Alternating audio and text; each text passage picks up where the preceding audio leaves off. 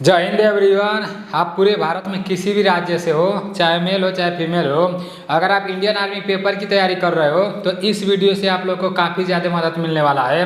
आज के इस वीडियो में टोटल 30 प्रश्न लिए गए हैं। 15 प्रश्न सामान्य ज्ञान के रहने वाले हैं और 15 प्रश्न सामान्य विज्ञान के रहने वाले हैं। 30 प्रश्न समाप्त होने के बाद लास्ट में ईमानदारी पूर्वक से कमेंट करके बताना कि 30 प्रश्न में से आपका कितना प्रश्न सही हुआ है। अगर इन 30 प्रश्न में से आपका 25 से अधिक प्रश्न सही होगा ना तो आपका तैयारी बहुत अच्छा है। इस बार जब भी इंडियन आर्मी की भर्ती आएगी ना, आपका पेपर 100% निकलेगा। अगर 25 प्रश्न से कम आपका प्रश्न सही हो रहा है ना तो आपको और अच्छा तैयारी करना है, ठीक है ना, और अच्छे से पढ़ाई करना है। और कुछ साथी लोग पूछते रहते हैं कि भाई ये जो जीके जी आप बताते हो इसमें से पूछा जाएगा कि नहीं पूछा जाएगा। तो भाई ये ओरिजिनल क्वेश्चन है यार, ये पिछले साल पूछा गया था, कई सालों से पूछा जाता है। हाईलाइटेड प्रश्न में उठाता हूँ, ठीक है ना। और इससे पहले मैं जितना भी जीके जीएस का क्लास कराया हूँ, जो लोग रेगुलर हमारा जीके जीएस का क्लास करते हैं और अपने कॉपी में पूरा जीके जीएस लिखते हैं ना, तो ऐसा हो ही नहीं सकता है कि उन लोगों का पेपर ना निकले। जब आप लोग पेपर देने जाओगे ना तब आप लोगों को पता चलेगा कि हाँ मैं कुछ पढ़ा हूँ, कुछ याद किया हूँ। तो आप लोग अपने दिमाग में ये ना बैठा हो पता नहीं पूछेगा कि नहीं पूछेगा, उस तरह से कोई भी प्रश्न आपको याद नहीं होगा, ठीक है ना। और ये सिर्फ इंडियन आर्मी जीडी ट्रेडमैन के पेपर में ही नहीं पूछा जाएगा, और भी जो भर्तियां कराई जाती है ना, जब उसमें भी जीके जीएस का प्रश्न आएगा तो इसमें से बहुत सारा प्रश्न उसमें भी पूछा जाएगा। हर जगह काम आने वाला है, ठीक है ना। तो इसलिए आप सभी लोग अपने मन में ये ना लो पता नहीं पूछेगा कि नहीं पूछेगा, पूछेगा, ठीक है ना। और जैसे अभी कुछ दिनों से क्लास इधर उधर हो जा रहा है, किसी दिन क्लास आ रहा है किसी दिन नहीं आ रहा है, लेकिन जो लाइव वाला सिस्टम है ना उसमें टेक्निकल प्रॉब्लम है और वो सॉल्व नहीं हो पा रहा है। 2-3 दिन से परेशान है। अब हो सकता है कल या परसों सॉफ्टवेयर इंजीनियर आएंगे तो वो देखेंगे, ठीक है ना। जैसे ही लाइव वाला सिस्टम सही हो जाएगा तो रेगुलर आप लोग का क्लास चलेगा। आप लोग ये नहीं सोचना कि भाई क्लास नहीं चलेगा, क्लास चलेगा, चैप्टर वाइज चलेगा, ठीक है ना। जो लोग ईमानदारी पूर्वक से पढ़ेंगे ना उनका पेपर तो इस बार अग्निवीर में निकलना ही निकलना है। आप लोग देख लेना।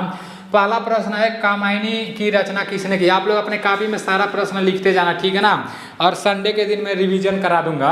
मैं आप लोग को जितना भी पढ़ाऊंगा सारा का सारा याद कराऊंगा, वो जिम्मेदारी मेरी है। वीडियो देखना जिम्मेदारी आप लोग का है, ठीक है ना। आप लोग सिर्फ अच्छे से देखते रहना, मेरे बातों को ध्यान से सुनते रहना। एक ही प्रश्न को मैं कई बार रिपीट करूंगा, ध्यान से सुनते रहोगे ना तो भाई प्रश्न याद मतलब ऑटोमेटिक में याद होंगे, सारा प्रश्न याद होंगे। लिखा गया है कामायनी की रचना किसने की। जयशंकर प्रसाद, मैथिली शरण गुप्त, रविंद्रनाथ टैगोर, इनमें से कोई नहीं। इसका राइट आंसर जयशंकर प्रसाद हो जाएगा। अपने कॉपी में लिख लेना, ठीक है ना। कामायनी की रचना किसने की। कामायनी की रचना जयशंकर प्रसाद ने की। नेक्स्ट प्रश्न है कि 7 टापुओं का नगर किसे कहा जाता है। बेंगलुरु, चेन्नई, मुंबई और लखनऊ। इसका राइट आंसर क्या हो जाएगा। इसका राइट आंसर मुंबई हो जाएगा। Mumbai is right answer. 7 टापुओं का नगर किसे कहा जाता है। मुंबई को कहा जाता है। 7 टापुओं का नगर मुंबई को कहा जाता है, ठीक है ना। नेक्स्ट प्रश्न की तरफ चलते हैं। देश के प्रथम नोबेल पुरस्कार से सम्मानित व्यक्ति हैं। कई बार ये प्रश्न मैं आप लोगों को बता चुका हूँ। देश के प्रथम नोबेल पुरस्कार से सम्मानित व्यक्ति कौन है। Satyendra Nath Tagore, Rabindranath Tagore, CV Raman, Lal Bahadur Shastri.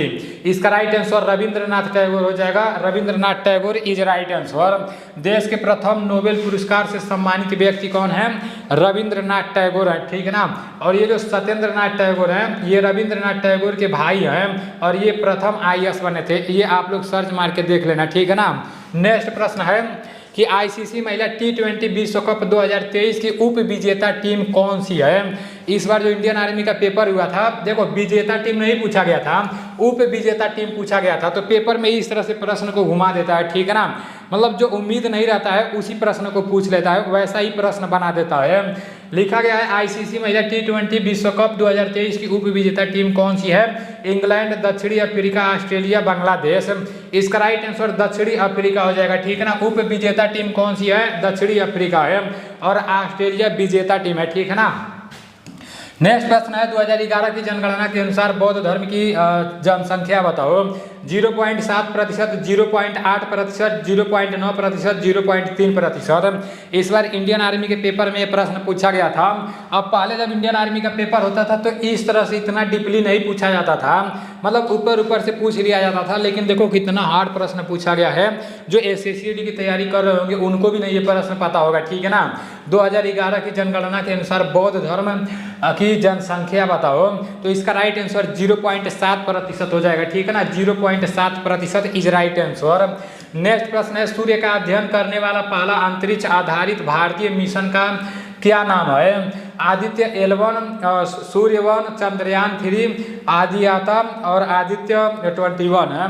Current affairs का प्रश्न है, मोस्ट इंपॉर्टेंट प्रश्न है, ठीक है ना। इसका राइट आंसर आदित्य L1 हो जाएगा। सूर्य का अध्ययन करने वाला पहला अंतरिक्ष आधारित भारतीय मिशन का क्या नाम है? तो आदित्य L1 है। चंद्रयान 3 के बारे में नहीं बात किया जा रहा है, ठीक है ना। नेक्स्ट प्रश्न है कि आदित्य L1 मिशन को किस रॉकेट से लॉन्च किया गया है? करंट अफेयर्स का ये भी प्रश्न है। आदित्य L1 के बारे में आप लोगों को पता होना चाहिए, चंद्रयान 3 के बारे में आप लोगों को पता होना चाहिए, ठीक है ना। आदित्य L1 और चंद्रयान 3 से जितना इंपॉर्टेंट प्रश्न बनते हैं, मैं कोशिश कर रहा हूँ कि सारा प्रश्न एक ही वीडियो में लाकर आप लोगों को बता दूँ, ठीक है ना। आदित्य L1 मिशन को किस रॉकेट से लॉन्च किया गया है? PSLV C11, PSLV XL C57, LV M3 M4 और GSLV M1 है। इसका right answer PSLV XL C57 हो जाएगा, ठीक है ना। नेक्स्ट प्रश्न है, आप लोग लिख लेना इसको। आदित्य L1 मिशन को किस रॉकेट से लॉन्च किया गया है? PSLV XL C57, ठीक है ना। नेक्स्ट प्रश्न है कि आसियान का मुख्यालय कहाँ स्थित है? आसियान का मुख्यालय कहाँ स्थित है? ओरिजिनल प्रश्न है, ठीक है ना। काठमांडू, जाकर्ता, मनीला और बेंगलुरु। इसका राइट आंसर जाकर्ता हो जाएगा। Jakarta is right answer. ASEAN का मुख्यालय कहाँ है? तो जाकर्ता में है। नेक्स्ट प्रश्न है, यूएनओ के वर्तमान सदस्य कितने हैं? यूएनओ के वर्तमान सदस्य कितने हैं, ठीक है ना। यूएनओ के वर्तमान सदस्य देश कितने हैं? 190, 193, 197, 183। इसका राइट आंसर 193 हो जाएगा। 193 इज राइट आंसर। यूएनओ का मुख्यालय कहाँ पर है? यूएनओ का मुख्यालय न्यूयॉर्क में है, ठीक है ना। तो आप लोग को इसके बारे में पता होना चाहिए, यूएनओ के बारे में सारी चीज़ें पता होनी चाहिए। यूएनओ के वर्तमान सदस्य देश कितने हैं? 193 हैं। जहाँ भी आएगा यूएनओ के वर्तमान सदस्य देश कितने हैं? तो 193 हैं, ठीक है ना। नेक्स्ट प्रश्न है कि विश्व स्वास्थ्य संगठन का मुख्यालय कहाँ स्थित है? वियना, जेनेवा, ऑस्ट्रेलिया और इनमें से कोई नहीं। इसका राइट आंसर क्या हो जाएगा? जेनेवा हो जाएगा। विश्व स्वास्थ्य संगठन WHO का फुल फॉर्म होता है, ठीक है ना। इसको आप लोग देख लेना, विश्व स्वास्थ्य संगठन का मुख्यालय कहाँ है? तो ये जेनेवा में है। अभी इससे पहले वाला क्या प्रश्न था कि यूएनओ के वर्तमान में सदस्य कितने देश हैं? तो 193 देश हैं। यूएनओ का मुख्यालय न्यूयॉर्क में है। दोनों आप लोग को पता होना चाहिए। यूएनओ का मुख्यालय न्यूयॉर्क में स्थित है और विश्व स्वास्थ्य संगठन WHO का मुख्यालय कहाँ पर है? तो इसका राइट आंसर जेनेवा हो जाएगा। Geneva is right answer. विश्व स्वास्थ्य संगठन का मुख्यालय जेनेवा में है, यूएनओ का मुख्यालय न्यूयॉर्क में है, ठीक है ना। नेक्स्ट प्रश्न है, शिक्षक दिवस कब मनाया जाता है? अभी तो आप लोग मनाए हुए, शिक्षक दिवस कब मनाया जाता है? 5 सितंबर, 29 अगस्त, 10 दिसंबर, 1 मई। इसका राइट आंसर 5 सितंबर होगा। आप सभी लोगों को पता होगा। 10 दिसंबर को मजदूर दिवस मनाया जाता है और विश्व श्रमिक दिवस 1 मई को मनाया जाता है। ये भी आप लोगों को पता होना चाहिए। 10 दिसंबर को मजदूर दिवस, पहले बहुत ज़्यादा ये प्रश्न पूछा जाता था। नेक्स्ट प्रश्न है, सबरीमाला मंदिर कहाँ स्थित है? केरल, राजस्थान, मध्य प्रदेश और गोवा। इसका राइट आंसर क्या हो जाएगा? सबरीमाला मंदिर कहाँ स्थित है? इसका राइट आंसर केरल हो जाएगा। Kerala is right answer. Sabarimala मंदिर केरल में स्थित है, ठीक है ना। नेक्स्ट प्रश्न है, सौर मंडल का सबसे छोटा ग्रह कौन सा है? सौर मंडल का सबसे छोटा ग्रह कौन सा है? सौर मंडल का सबसे बड़ा ग्रह भी आप लोग को पता होना चाहिए और सबसे छोटा ग्रह भी आप लोग को पता होना चाहिए। बुध, मंगल, पृथ्वी, इनमें से कोई नहीं। सौर मंडल का सबसे छोटा ग्रह बुध होता है, ठीक है ना। और सौर मंडल का सबसे बड़ा ग्रह बृहस्पति होता है, जो इसमें नहीं दिया है। दोनों आप लोगों को पता होना चाहिए। नेक्स्ट प्रश्न है, केरल की राजभाषा क्या है? कन्नड़, मराठी, तमिल और मलयालम है। इसका राइट आंसर मलयालम हो जाएगा। Malayalam is right answer. Kerala की राज्य भाषा मलयालम है, ठीक है ना। नेक्स्ट प्रश्न है और सामान्य ज्ञान का लास्ट प्रश्न है कि भूटान देश की मुद्रा है नगुल्ट्रम, टका, रुपया और पांड है। इसका राइट आंसर नगुल्ट्रम हो जाएगा। नगुल्ट्रम इज राइट आंसर। भूटान देश की मुद्रा क्या है? भूटान देश की मुद्रा नगुल्ट्रम है। अभी सामान्य ज्ञान का 15 प्रश्न समाप्त हो चुका है। 15 प्रश्न में से आपका कितना प्रश्न सही हुआ है गिनती करके रखे रहना, ठीक है ना। अब चलते हैं सामान्य विज्ञान की तरफ। आप लोग को ये पता होना चाहिए कि आपका सामान्य ज्ञान सही है या सामान्य विज्ञान सही है। मछली के द्वारा, मछली मतलब किसके द्वारा सांस लेती है? मछली किसके द्वारा सांस लेती है? श्वास नली, फेफड़े, गलफड़े और नाक है। ये इंडियन आर्मी का फेवरेट प्रश्न है, ठीक है ना।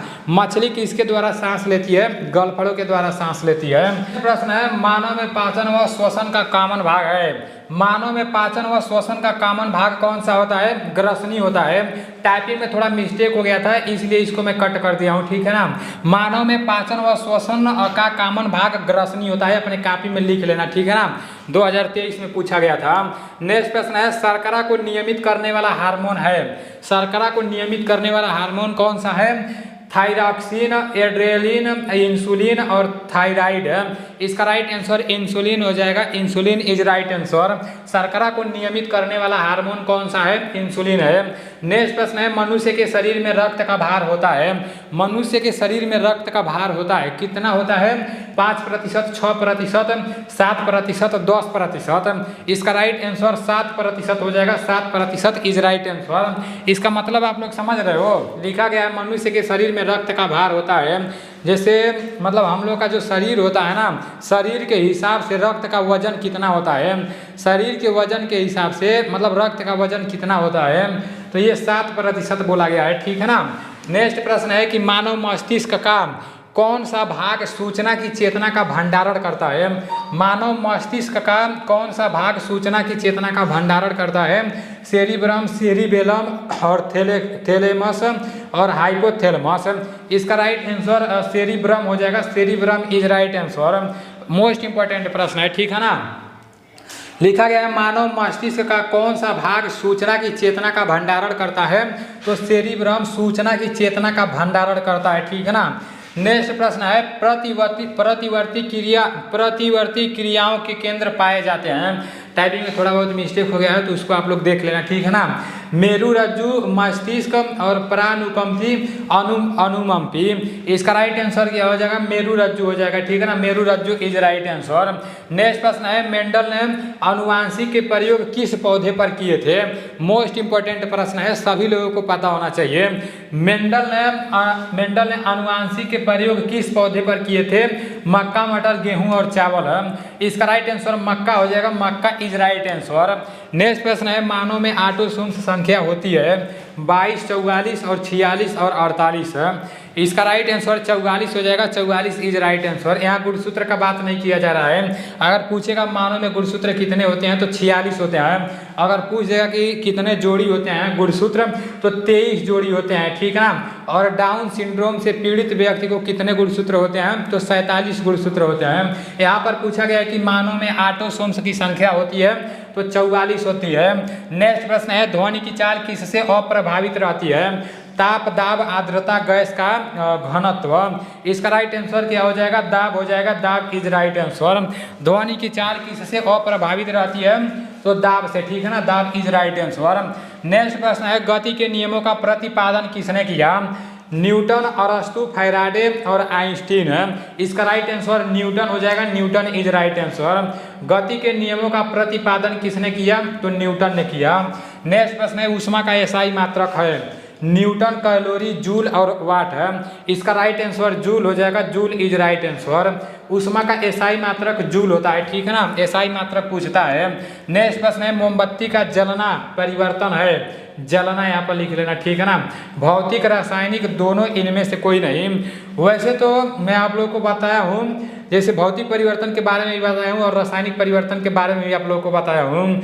भौतिक परिवर्तन क्या होता है? जैसे मान लो कोई बर्फ है, बर्फ पिघल कर पानी हो जा रहा है, फिर पानी से वो बर्फ बन जाएगा, फिर से मतलब अपने भौतिक अवस्था में आ जाएगा, तो मतलब बदल कर फिर उसी अवस्था में आ जाता है, तो भौतिक अवस्था होता है। और रासायनिक परिवर्तन वो होता है जैसे जब एक बार बदल जाता है तो दोबारा उस अवस्था में नहीं आता है। अब यहाँ पर मोमबत्ती का बात कहा गया है ना, तो इसके पहले मैं आप लोगों को बताया था कि मोमबत्ती जैसे भौतिक परिवर्तन है, इसलिए मैं आप लोगों को बताया था कि जब मोमबत्ती को आप लोग जलाओगे, जब पूरा जल जाएगा तो फिर दोबारा से मोमबत्ती बन जाता है। लेकिन इसमें जो धागा रहता है ना, अंदर जो धागा रहता है, जो रस्सी रहता है, वो जब जल जाएगा तो वो दोबारा नहीं बन पाएगा।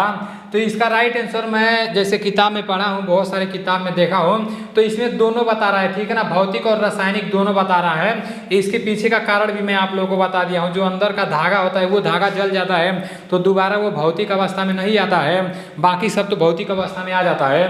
तो भौतिक और रासायनिक दोनों इसका बता रहा है, ठीक है ना। मोमबत्ती का जलना कौन सा परिवर्तन है, तो दोनों हो जाएगा।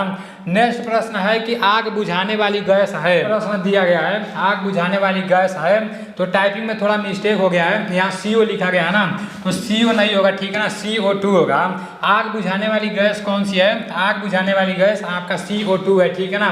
CO2 आप लोग अपने कॉपी में लिख लेना। चूने के पानी का दूधिया रंग करने वाली गैस है, चूने के पानी का दूधिया रंग करने वाली गैस कौन है, O2, CO2, CO और CH4 है। इसका राइट आंसर CO2 हो जाएगा, ठीक है ना, CO2 इज राइट आंसर।